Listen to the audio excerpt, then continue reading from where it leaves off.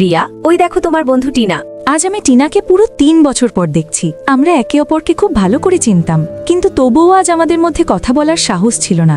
কি হয়েছে রিয়া, তুমি তোমার বন্ধুর সাথে কথা বলছো না কেন? লিলি বলতেই আমার পুরনো সব কথা মনে পড়ে গেল। রিয়া, আমি মাস্টার্সের জন্য কোয়ালিফাই করেছি, এই দেখো। আর এই দেখো, আমার জবে সিলেকশন হয়ে গেছে। ইয়ে, আমরা করতে পেরেছি। আমরা একসাথে আনন্দ করতাম, একসাথে স্বপ্ন দেখতাম, কারণ আমরা জানতাম সময় বদলাবে, কিন্তু আমরা নই। তানিয়া, এই দুজনের বন্ধুত্ব তো কোনো অটুট সম্পর্কের চেয়ে কম নয়।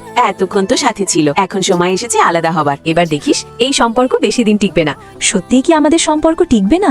আমি অফিস থেকে টিনাকে মেসেজ করতাম, কিন্তু ও কোনো রিপ্লাই দিত না। তখন আমি ওকে কল করতাম, হ্যালো টিনা, কি হয়েছে? সব ঠিক আছে তো? আমার মেসেজের রিপ্লাই দিলে না কেন? আরে ওটা আসলে আমি প্রজেক্ট নিয়ে একটু বিজি ছিলাম। চল একটু পরে পাশের ক্যান্টিনে দেখা করি। ওকে। তারপর আমি খুশি মনে টিনার সাথে দেখা করতে ক্যান্টিনে পৌঁছাতাম। হাই টিনা। হ্যালো রিয়া, এর সাথে পরিচয় করো, এ আমার ক্লাসমেট খুশি। হ্যালো খুশি, আমি রিয়া। খুশি, রিয়া আমার বেস্ট ফ্রেন্ড। আমি তোমাদের জন্য চা নিয়ে আসছি। টিনা, তুমি জানো আমার এক্স বয়ফ্রেন্ড 3 বার পিজি এন্ট্রান্স এক্সামে ফেল করেছে। কি 3 বার ফেল? টিনা ওর বন্ধু খুশির সাথে কথা বলতো, আর আমি ওদের জন্য খাবার সার্ভ করতাম।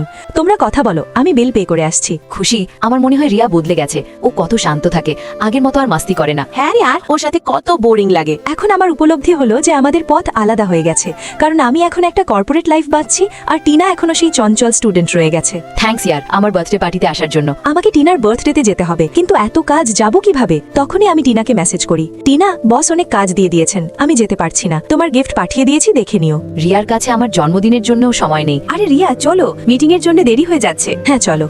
আমি টিনাকে গিফট তো পাঠিয়ে দিয়েছি, কিন্তু নিজের সময় দিতে পারিনি। সম্পর্ক উপহার দিয়ে নয়, উপস্থিতি দিয়ে তৈরি হয়। রিয়া, উদাস হয়েও না। কিছু বন্ধু সারা জীবনের জন্য নয়, শুধু কিছু সুন্দর সফরের জন্য তৈরি হয়। আর টিনা, কোথায় হারিয়ে গেলে? এই নাও। ও হ্যাঁ, আজ আমরা একে অপরকে চিনেও অজানা রয়ে গেলাম। তবুও কোনো অভিযোগ নেই, কারণ প্রতিটি মানুষকে সময়ের সাথে বদলাতে হয়। আমি যদি ঠিক বলে থাকি তবে লাইক, সাবস্ক্রাইব করে কমেন্টে অবশ্যই জানাবেন।